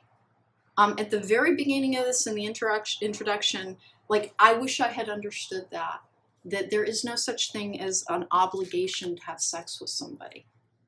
You can say no, and particularly when you've been receiving poor treatment, somebody can alienate you. And you can actually have that part of you, your sexuality, your sexual response, shut down over being mistreated. And it can come back to life. If you have been experiencing a lack of, because there's a little bit of a lack of passion thing going on here, like something has gone dormant, and you might think that it's permanent. If you were in a situation that was at all similar, and in order for this person to like not stray, or they made it like they basically implied that you were like responsible for seeing to their needs, whether or not you wanted to, and you did it because you feared losing the relationship, that's a form of abuse. You don't owe sex to anybody, and if your sexual response system shut down around that, it's not broken forever. It can come back to life with the right people. You do not have to rush this process. One of the most difficult things about basically, connecting in the here and the now is that people have these ridiculous rules over how quickly they're supposed to have sex with somebody. Be honest with people about who you are and where you're at with that. And realistically, if somebody wants to have a relationship with you, the bulk of the relationship is with you, your interest, your personality. It is not with your body parts. And if they are going to prioritize just, hey, listen, I've listened to your story and you've been traumatized, that's too bad, you better put out, they're not the person for you. That's a red flag. That's a red flag. Anybody who is truly worth getting to know is going to wish to get to know you and respect that you have maybe stronger boundaries for good reasons. But that martyr energy and avenger, listen, I think that you just think that there's been no justice. That there's been no justice for you. And you take that as a mark of the world is just stuffed with predators. Well, maybe a little. Like that guy did not behave appropriately. The more I look back at that, the more frightening that really was. And I'm very glad that he didn't get more than 2 words in when I was backing away and getting in my car to get away.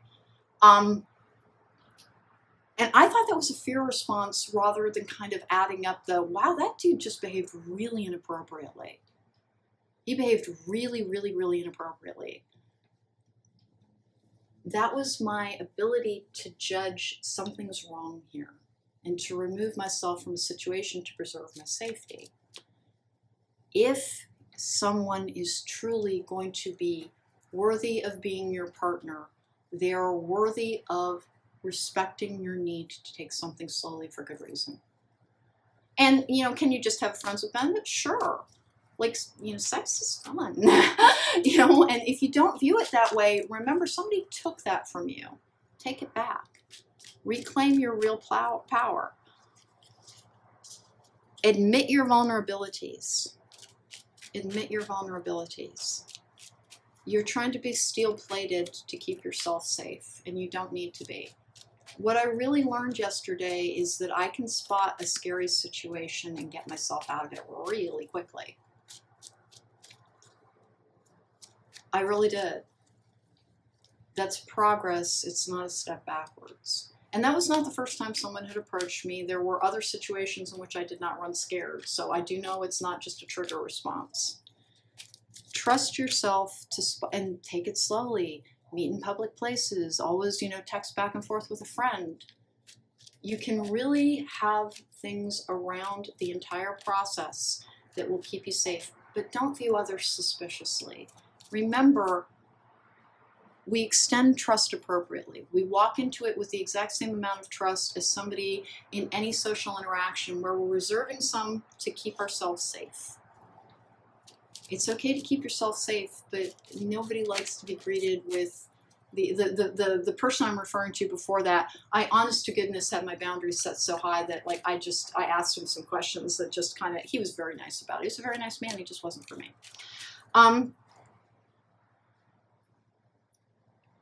Assess every situation individually because it will involve individuals is what I'm trying to say.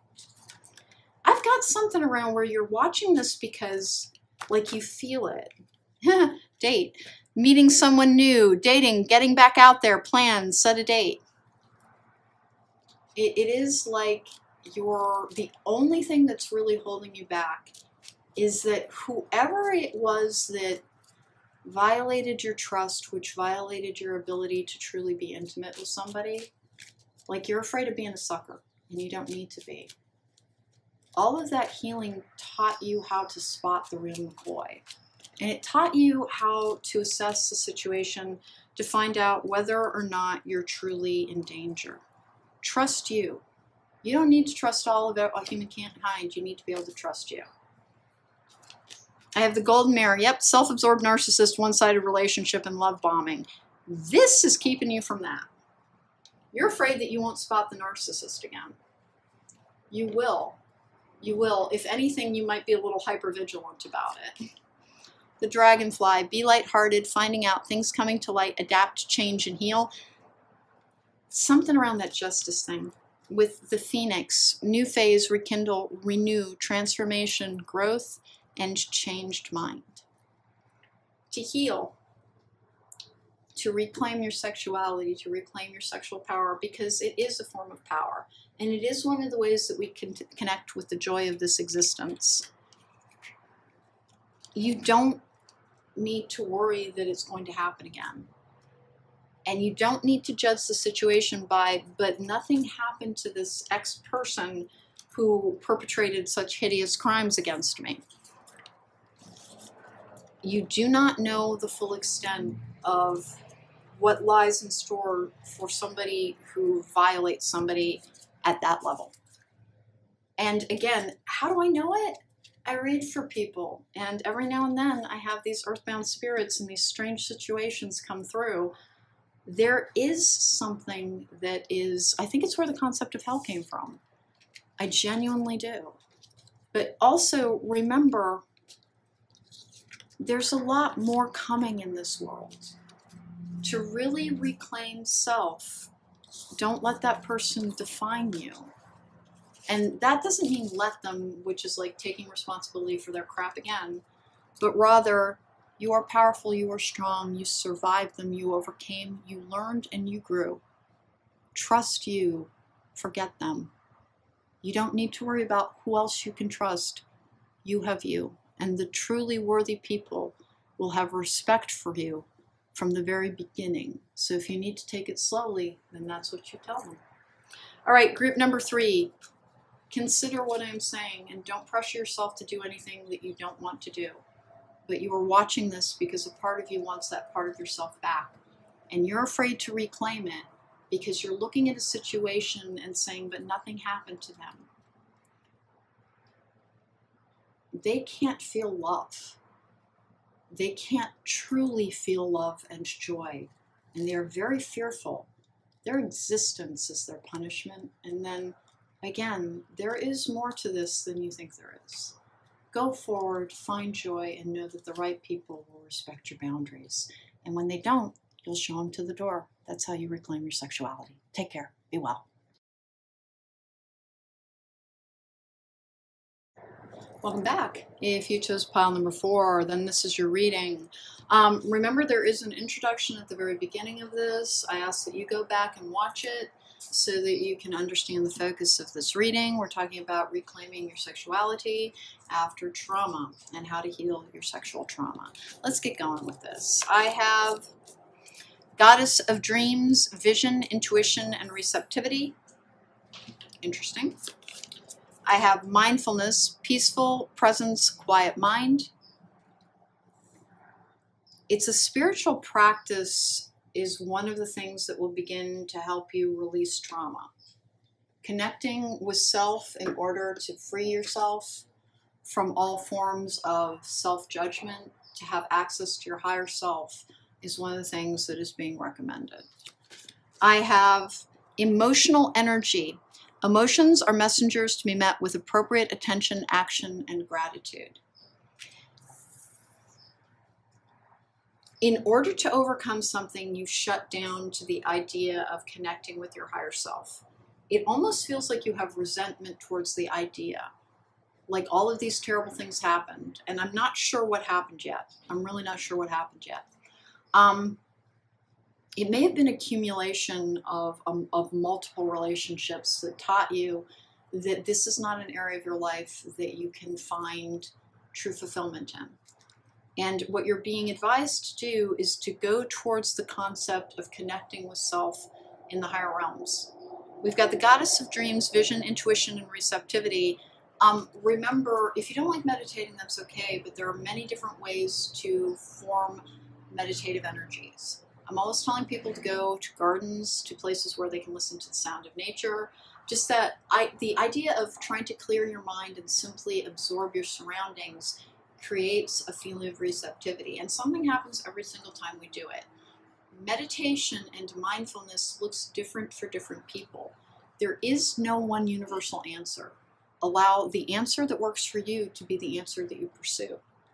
And that emotional energy, it's the risk. There's something around risk that you're living a diminished life for safety reasons. Advocate, light attribute is inspires you to put compassion into action, and the shadow attribute is embracing negative causes or committing to causes for personal gain. You also might simply be like almost doing too much for others and not enough for yourself. Like you might have really overinvested in the idea that being of service to others is one of the most healing things that you can do. We're supposed to have a balance around that. You're not here to sacrifice all for the others. You are meant to matter as well. Part of the ways that you can convey worth to other people is by recognizing your own worth. Yes, mystic. Light attribute is revels in intimate union with the divine. Shadow attribute is delusional rapport with the divine. Honest to goodness, it's like your spiritual,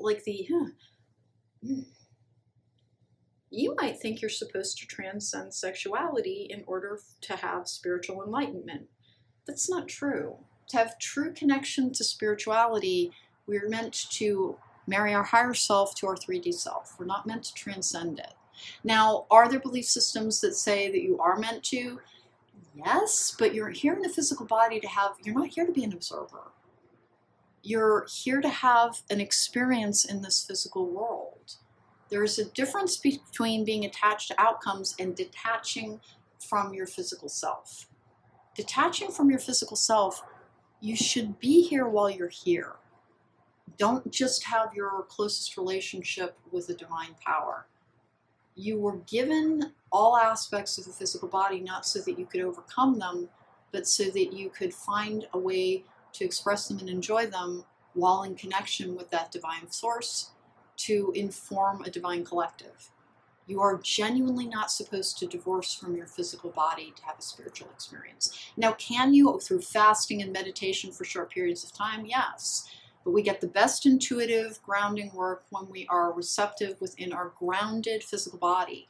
Part of being grounded is being in touch with the physical self. We have friendship. I understand that a friend is in my life for a reason. Refine your attention. Interesting. Honesty. There's something so odd here. Let's keep going here. Treasured memories. You will own. Okay. It's like you think that part of your life is done, that you only allow yourself connection with friends, and that you think that there is something corrupting in the idea of sexuality. Listen, we have such screwed up ideas around sexuality that it honestly just made me really laugh rather than my normal trauma response laugh. There is nothing bad about sexuality. The thwarted, dysfunctional sexuality that comes through in the way that we objectify people or just use them for physical ends is a form of dysfunction. It is not the true form of spiritually informed sexuality. I have know you belong. You're supposed to be part of this world, not transcending it. And then I have journey within. Honest to goodness, this is fascinating because every single pile has been a journey through different forms of trauma, quite frankly. Four of Pentacles in reverse, that's an open heart space. Universal love is fantastic. Honest to goodness, it can connect you with Source in a way that nothing else can. And it is wonderful to feel the love of the universe flowing through you. It is not meant to take precedence over your physical experience. We're meant to live in balance. You can still be a very spiritual person without transcending your physical body. If you're only allowing yourself friendships, if you're only allowing, by the way, sexuality does not have to be expressed with another person. Enjoy sensual pleasure, whether it's eating, whether it is massage, whether it is understanding that being touched feels good. You are meant to enjoy your physical body. You are not meant to divorce yourself from its needs or its urges to overcome. That whole thing where we have, as above, so below, you're not supposed to detach from the 3D self. You're supposed to work in conjunction with it for your best experiences. And that is how the world is transformed, by the way. If you have been going more and more towards service for others and spirituality, and it has been distancing you more and more from the physical here and now, and you think that's the way it's supposed to be, it's not. And again, sexuality does not have to involve another person, but it is allowing yourself to enjoy your physical body and your physical experience. 8 of Wands in reverse, lock journey. Queen of Swords in the upright, that's that mental energy. This is like you're trying to, this is the energy, the intellectual energy of air. This is the mental energy. It is living in mindfulness rather than trying to live a balance. With the 10 of Pentacles in the upright, I have the Emperor in the upright. I have the 2 of Swords in reverse. Hierophant in reverse. High Priestess in reverse. King of Pentacles in reverse, and then the 7 of Pentacles in reverse. This is so interesting. This really is trying to leave behind an earthly existence while you're still alive. There's plenty of time to not be alive when you're no longer alive. You really have a physical body for a reason, and it is not to be free of it. The journey within is to re-establish a connection to the physical self. Listen, it is absolutely fantastic to have a mystical connection and to believe in all that is around us in the world unseen, and that there really is a spiritual journey. If you are hesitating on taking a spiritual journey because you're just like, screw it, like nothing has ever worked out with that, I just focus on my physical needs and I don't try to connect with spirituality, your answer for healing yourself is to strike a balance between the two. We are not meant to be solely focusing on the 3D and our earthly concerns and our earthly body, and we are not meant to solely focus on our spirituality and our spiritual journey. We are meant to find that balance. within. We live best in a state of balance. It is not unevolved. It is not, you're not meant to transcend urges and sexuality and appetites and pleasure. In order to be truly spiritually evolved, you do not need to divorce yourself from physicality. Take better care of every part of you, and that includes celebrating your physical self. The friendship card and the know you belong, it's honest to goodness, like you feel like you're supposed to be somewhere else and it's not of this earth, and you almost, like you're anxious to, you live in the past around this. And you might like live in stories as well, that your only experience of romance, and it's very divorced from all physicality around this. Consider trying to reconnect with the idea of your physical body. That's the way to start healing it. And it does not have to be sex, and it doesn't have to be, you know, hey, I have an awesome vibrator. It does not have to be that. It can be about making meals that you truly indulge yourself. Indulge the physical body more than you do. Indulge the idea that sensation is part of a spiritual journey, not something to be overcome. Water cycle. Like the earth, I am made of water flowing through my veins, just like the rain that falls down, only to be carried back up. My body, too, is a cycle. Every sip revitalizes me and brings me a sense of gratefulness. In your quest to find spiritual connection, to find purpose, and to find meaning, you're discounting your connection to physical self. To truly have connection to source, you have to be grounded in this reality and connected to your collective. It's not meant to be either or. And one is not preferable to the other. I've energized. Each and every morning I wake up with vitality, ready to live my life to the fullest. This energy is becoming of me, and I notice now how beneficial it is to my present moment. When tired, I will simply rest, then keep moving forward. We continue to grow when we are energized. We are meant to live in this physical body. You don't have to date. You can live with friends. Like you don't need to date. You don't need to have romantic union with somebody to truly be connected to your physical body. But this is living each day to the fullest. The energy is becoming of me, and I notice how beneficial it is to my present moment. To really be living in the here and the now, to live with flow, is to have that balance. To have one foot in each land, and to not have one hold sway over the other. We are not meant to be divorced from spirituality, and we are not meant to live solely in spirituality. We are meant to examine this physical experience from a spiritual perspective. Whatever happened to you is in the past, and it may be like in the ever increasingly distant past. Because it really is reading like you don't allow yourself to connect, and that you think that that's about spiritual evolution. Balanced. What was I saying? My relationships and myself are two separate entities. So when I am feeling poorly, this does not mean my relationships are struggling, and vice versa. This separation allows me a better sense of identity and a stronger bond with those closest to me. Don't go from one extreme to the other. If your relationships in the past, when you were not connected to a sense of spirituality, were not satisfying, that does not mean that you're supposed to abandon relationships or physical pleasure or enjoying the idea that you are alive while you are here. It is meant to be something that truly is in a state of balance. You're trying to do an either or. And to truly heal your sexual trauma, which has nothing to do with having sex, okay? Like, let's understand that part. It is the need to heal that area of yourself is to encompass everything that is physical.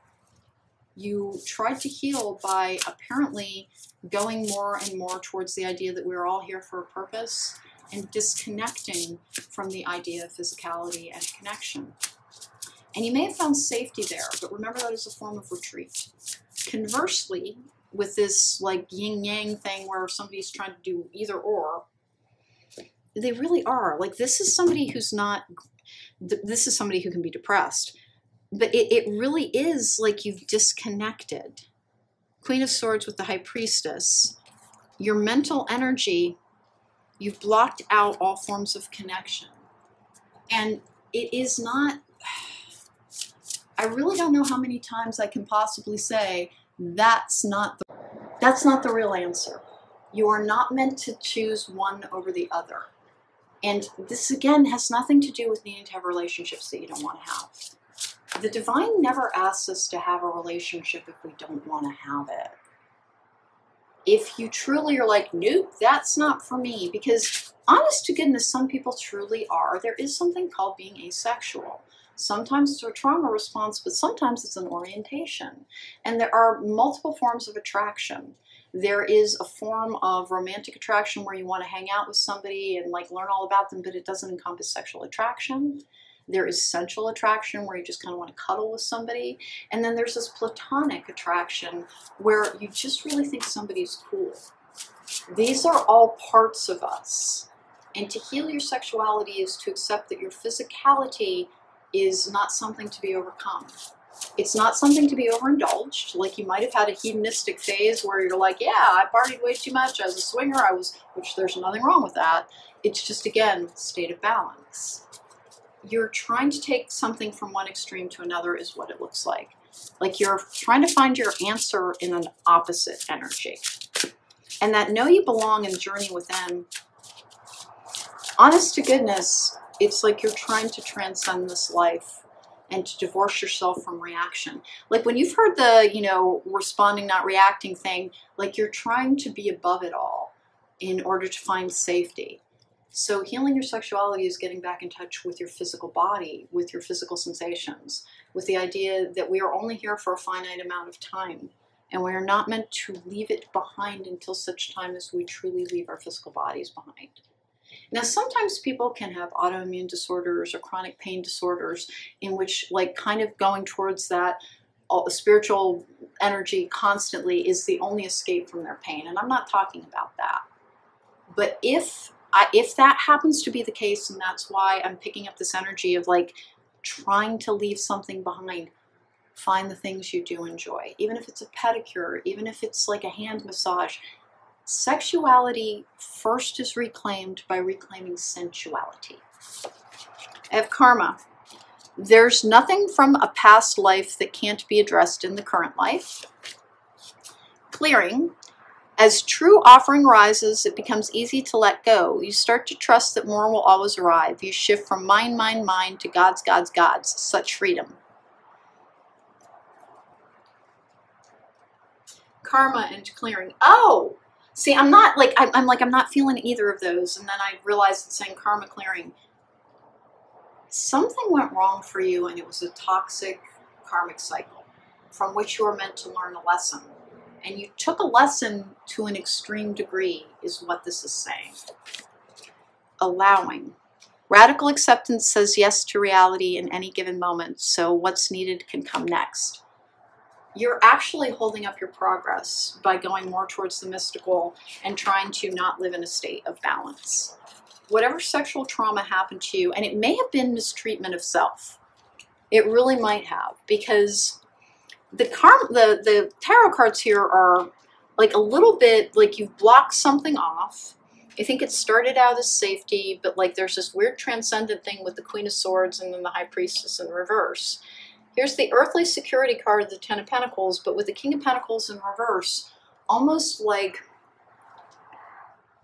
it's almost like you think that caused the problem. That connection to earthly self caused whatever trauma, or like almost issues of not respecting self. Like, there may have been substance abuse involved, or there may have been like not connecting with others and simply having sex to have sex, which can be a very empty experience after a while and can actually become an addiction. It may be that. There's some very intriguing energy here that is not, I've got to be representing a bunch of different scenarios here, because it is all about people who are trying to block out the physical world by going towards the spiritual world. But your true power lies in the balance between the two, and your true purpose. The entire concept that we are meant to be leaving behind something while we're still in the physical body, there's plenty of time to not be in a corporeal body. For real. You're denying yourself a connection that will make you reestablish a connection to physicality. And in this particular instance, it's an interesting thing. But the very people that you're trying to help, it's almost like you're distancing yourself too much from their concerns with this. That's why spiritual teachers can become... there's a couple of yogis who... Now remember, there is no universal answer. Everybody resonates with the beliefs that are meant for them, and we can all have different answers. But whenever I see somebody talking about how they don't have emotions, they don't get angry, they don't feel this, they always, like, they transcend everything, I'm like, what is the purpose of being alive if you will not experience life in this very acute and interesting and fascinating manner? Why are you trying to leave behind the physical to get to the spiritual? You'll get there eventually. But while you are here in a physical body, understand that we only get this for a finite amount of time. If you're truly super evolved, then don't, as I joke with people, whenever people start talking about transcending this life, I'm like, get down here, we have work to do. And it's true. I really believe that we join with a spiritual and divine source to make a great difference in this 3D world so we can help this incredibly problematic life form evolve to higher dimensional thinking and higher dimensional ways of being so that we can end suffering that way. There is suffering in this world, and there is suffering, and there was damage, there is trauma. And it's weird, it's not showing up as sexual trauma as much as it is disrespect of self. And your answer was to go towards spirituality in a way that viewed all of that I'm talking about, all appetites, as something to overcome to find your highest self. I submit to you that you will only truly be in touch with your highest self when you are in connection with your highest self and you are still taming that darker aspect, that rooted 3D. When you can work with your highest self within the 3D, that is true enlightenment. Leaving one or the other behind, spirituality so that you can work solely in the 3D and only go after materialism and grasping and, sexual pleasure and, hedonism, divorces yourself from spirituality. Leaving behind all things physical so that you can quickly get to the state of being you will be in anyway when you no longer have a physical body also keeps you from learning all the lessons of balance and of self-control. Because it's super easy to go to extremes, and that is not evolution. Balancing is allowing the spiritual self and 3D self to work in conjunction so that we can overcome the darker aspects of our shadow nature, but work within them, the 3D, to transform this reality, to make it a better place, to have the divine working physically within this physical world. This is interesting because for pile number 4, healing your sexuality, it experienced some abuse, and it's interesting because it's almost like it was at your own hands, likely because of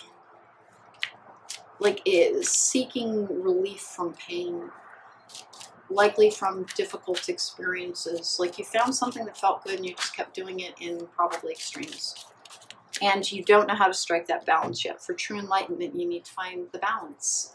That's how you heal your sexuality. That's how you reclaim all parts of yourself. You put a part on the shelf to try and ease some pain.